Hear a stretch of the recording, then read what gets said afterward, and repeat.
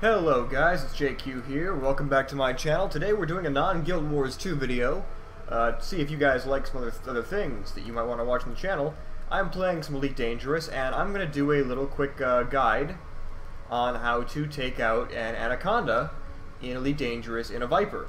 Now, I do a lot of bounty hunting. I am very oriented towards bounty hunting, and this is what I do. I got myself a nice little assassination mission here that I know is going to be an Anaconda because of the price point on it and which faction he is in. He's a pirate faction, so he'll be in an Anaconda, and he's worth over 100 grand. So that'll be nice, and you get the 100 grand, whatever they're worth on the contract, on top of the bounty they're actually worth in the systems or faction that they are currently in when you kill them. So that is also a nice little bonus. And we're gonna go see about just killing this guy. Oh, I overshot my destination. No! We're gonna go see about finding him and killing him as fast as we can. And I'm gonna tell you guys and explain exactly how I'm going to do it. I've got some pulse lasers to punch through his shields. They're not very damaging, but they're low power draw, which is the key to what I want. Because my ship is like fully upgraded, so it uses a lot of power, and I gotta make sure that I don't use too much. And I found him first try. Here he is. Don't fly straight at these guys. They'll shoot you with their plasma accelerator, and that will fuck you up. If you're in a smaller ship, it'll almost definitely remove your shields in one shot.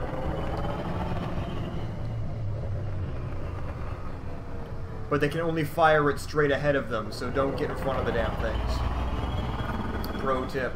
Now we're going to target his drive. See what I just did there? And I'm going to deploy my hard points. They usually won't start attacking you unless they can get a plasma accelerator shot off on you first, and then they will open up with other lasers. So if you get behind them well enough before they do that, you can successfully maneuver around in a position where you can shoot at their thrusters while avoiding most of their damage. Now, in case they hit you a lot, like they just did to me right there, I carry around a shield cell bank, just one. It's an A3 class module on the Viper. I replaced the cargo hold, and I put it in the, I think that slot where the cargo hold was. And, nope, can't let them look at me. Nope, screw you. Yeah, usually I do a lot better than this at maneuvering around them, but I'm talking right now, so it's a little bit more difficult when I'm trying to explain what I'm doing while I am doing it. Now, the shield cell bank comes with 4 charges per reload, so you can recharge your shield basically to full as long as you use it before your shields actually go down 4 times during the fight, which is more than you really should need. I might end up using more than I usually do here. Last time I killed one today, I didn't even use any. But, you know, this is all educational purposes, so I may as well use everything that I have available to me so you guys can see exactly what my method is, so you can duplicate it. Now, the pulse lasers take a little while to bring down the shields, that's true. I usually use my multi-cannons a bit to supplement their damage, but as soon as they go down, you can rip into that drive, and with the multi-cannons, I use the Class 2 multi-cannons, the non-gimbaled ones, because they do the most damage, and I'm pretty good at leading them. You can just rip that drive to pieces, like you see right there. It's already at 30%, 20%, oh yeah, it's toast. It's toast. He's flailing around. Oh god, I wasn't paying attention. I was not paying attention. And I got shot at a lot, and I flew straight at him, and I almost hit him, which would have been absolutely disastrous to me if I had actually run into him. That would have probably killed me instantly. I'm going to have to pull back and recharge my shields. I cannot fight him without them. Now, if you keep them at about 3 kilometers, they can't really do anything to you except shoot missiles. And I have a point defense on my ship exactly for this contingency. It's on my my right side on the back, So I always be sure to angle your point defense towards the oncoming rockets, or missiles or whatever, and that way it'll have a better shot at them when they are approaching you. Because if you are oriented in a fashion where your point defense cannot reach the rocket or the missile, it will not be able to shoot it down. So you have to keep that in mind when you're angling your ship to give your point defense the best shot that it can get.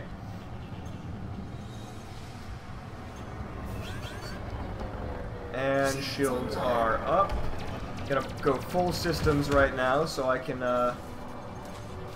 take as little shield damage as possible while I go in after him to get behind him again. I'm gonna pop another shield cell bank charge.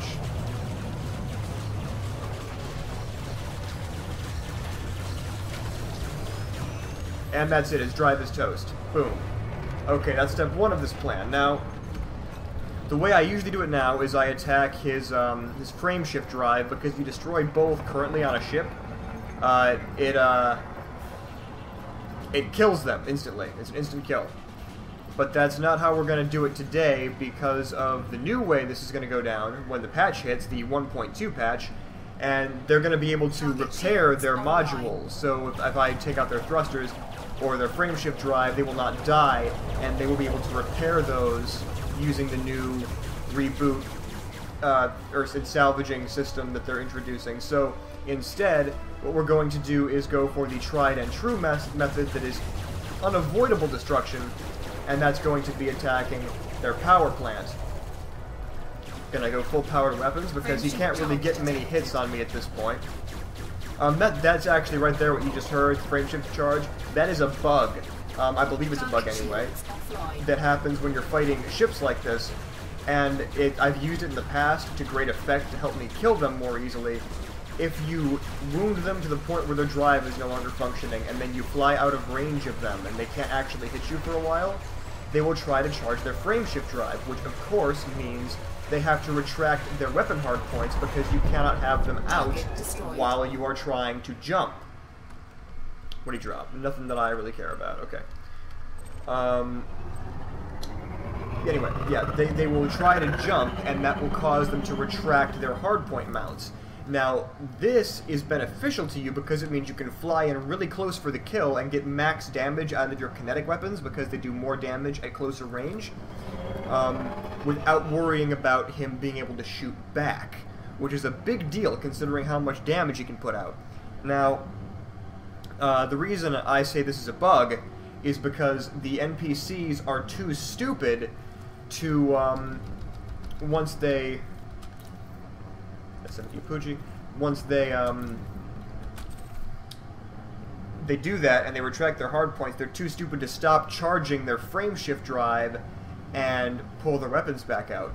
So even though they can't jump because their drive is dead and they can't accelerate fast enough to actually make a jump, because you have to accelerate to a certain speed before your frame shift drive will activate, they keep charging the drive and they can't leave or go anywhere. So it gives you the perfect opportunity to finish them off in a wounded state, and they can't do anything to stop you.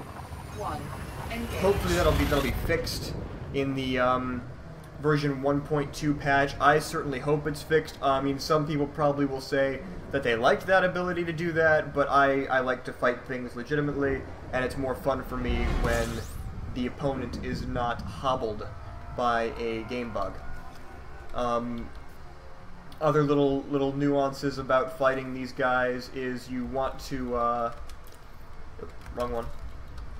You want to be sure that when you are turning to get behind them, because they're gonna try to flip all the way upside down and get over you. As they usually do, like they do a backflip and try to fly straight over you, and then flip around behind you again to keep you either oriented toward their top side or toward their front.